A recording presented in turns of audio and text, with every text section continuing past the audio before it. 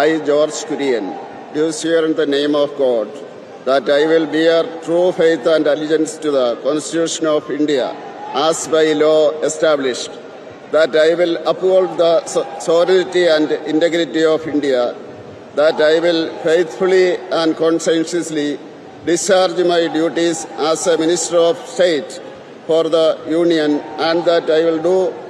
right to all manner of people in accordance with the Constitution and the law, without fear or favor, affection or ill will. I, George Kurian, do swear in the name of God that I will not directly or indirectly communicate or reveal to any person or persons any matter which shall be brought under my consideration or shall become known to me as a Minister of State